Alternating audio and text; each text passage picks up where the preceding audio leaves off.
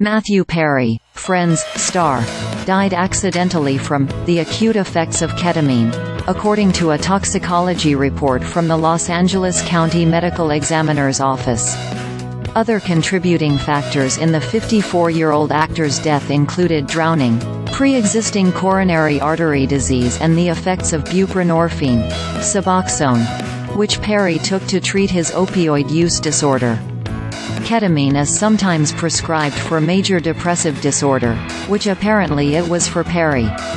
But his last reported physician-administered infusion occurred a week and a half before his death, which is too remote to account for what the autopsy report stated was high levels of ketamine found in his postmortem blood specimens. The drug's half-life is only 3 or 4 hours, which means it would have no longer been in his system from the treatment he got 10 days prior to his passing. This raises questions about whether Perry had used ketamine shortly before dying. The medical examiner's office concluded that Perry's cause of death was from ketamine taken not by infusion but in another manner. In addition to infusion, GIT can be administered intranasally by spray. However, the precise route of administration of the ketamine found in Perry's blood is unknown. Ketamine has become increasingly popular as an alternative therapy for depression, anxiety, post-traumatic stress disorder and other hard-to-treat mental health problems.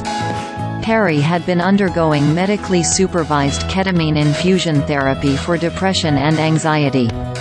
Developed in the 1960s, ketamine became an FDA-approved medical product as an injectable, short-acting anesthetic for use in humans and animals, and as esketamine, brand name, Spravato, in 2019, indicated for treatment-resistant depression.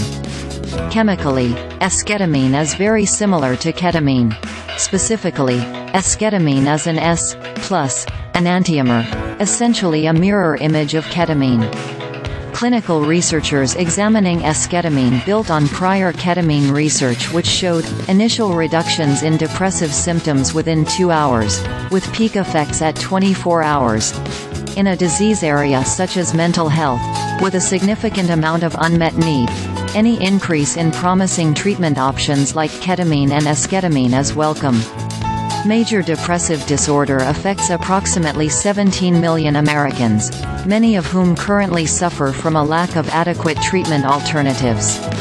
However, there are possible pitfalls associated with both ketamine and esketamine. Both carry with them risks of abuse and misuse. To illustrate, in studies ketamine, drug-seeking behavior has appeared as a clinical issue, with some patients shopping infusion clinics to obtain repeated injections for mood elevation. While it's unknown whether Perry was using ketamine recreationally, he candidly spoke about his misuse of drugs and in particular his frequent addiction battles, especially pertaining to opioids and alcohol.